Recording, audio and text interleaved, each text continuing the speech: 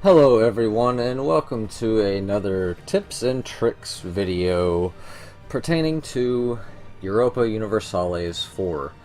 Now, in my last series, it's kind of still going on, I played as Byzantium and was moving on to reform most of the Roman Empire. Now, at least the Eastern Roman Empire. Now, somebody had asked in the comments, somebody had said that they had tried to play as Byzantium a few different times and it didn't work. In fact, they said it had taken them weeks to get anywhere, and they still haven't done anything. And so I decided to make this video based on how to succeed as a small nation. Now, first and foremost, if you take anything away from this video, and I'm only going to give you really the two main things that you need, but the most important part is alliances. If you want to succeed as a small nation, you will need allies. I looked back at my saves, and I have 7 different saves where I failed as Byzantium, all because I could not get Austria as an ally. Playing as Byzantium, you'll need Austria, Hungary, Poland, Lithuania. You'll need at least 2 out of these 4, and Austria is your big one. Playing here as Florence, I'm going to be looking to Austria, possibly France, to get an alliance to kind of fight some of these other little Italian minors, right? Well, the next thing that you will need as a small nation, after gaining alliances, is your first war. You're going to need to expand a significant amount in your first war, right? And obviously your allies are going to help you do this, but it's incredibly important that you take enough land to make yourself a dominant power in your area, or at least to prevent your big ugly enemies from coming in and eating you up, incredibly soon, because they'll be expanding much faster than you are. They have a lot more resources to use to expand. Now, going back to allies, there's a couple of different ways you can gain allies, right? First of all, when you take a look, you see that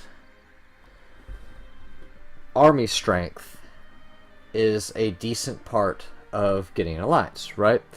Well, if you have enough money, and we may have enough money as Florence to do this, you can actually build over your force limit, and that's going to make your army strength higher, and that's going to make the reasons to get you to be allied with you will be much stronger. You'll have more reasons that they'll want to, align with you. Another, naval strength obviously is another way to do this. Now, the biggest thing you need is same religion, or at least same religious group, and to have a common rival or a common enemy. So if I look, Austria is rivaled with France, right? So if I get Austria as an ally, I'm probably not going to be able to get France as an ally, right? If I was somehow able to rival one of Austria's enemies, then I would be able to get an alliance with them. The biggest example of this, and I go back to Byzantium again, is Austria will oftentimes rival the Ottomans. And if they do, when you rival the Ottomans, that's going to give them, I believe, an extra 10 to 20 reasons to want to be your ally. And that's a lot. That's really good. As you can see, let's see if we can open it up here. Yeah, army strength is minus 32, so it would be about minus 12 to 22 if we were able to get the same rivals. And you can see that they are rivaled with the Ottomans. Now, another way you could do it, obviously, is to get an advisor. Go over here to Recruit advisor, and there we go. Diplomatic reputation +1. Our diplomatic reputation currently is +1. And that gives Austria +5 reasons to be allied with us.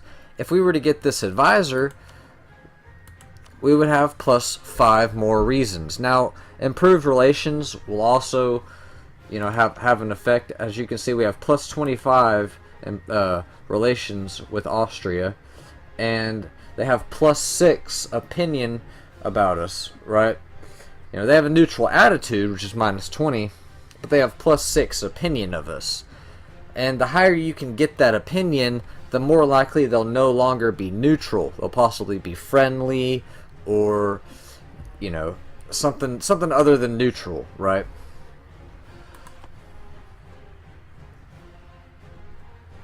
And really that's all there is to it.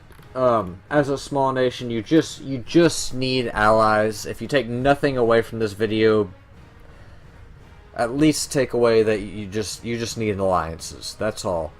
Your first war is going to be a big part of whether or not you're really going to be able to expand. As you can see, as Florence, we have a couple of very small neighbors around us, and at the moment, none of them have allies, except for, of course, Urbino, who is a vassal of the Papal State and will probably be annexed pretty soon. But for the most part, we have a couple of different routes that we can move into conquest, right? And that's really about it. I mean, you can succeed as pretty much any small nation out there as long as you have the right allies and you're able to expand within the first few years of the game, right? So anyways, thank you very much for watching. I hope this helped you out, and go ahead and leave a comment, like, and subscribe, and I'll have to see you on the next one.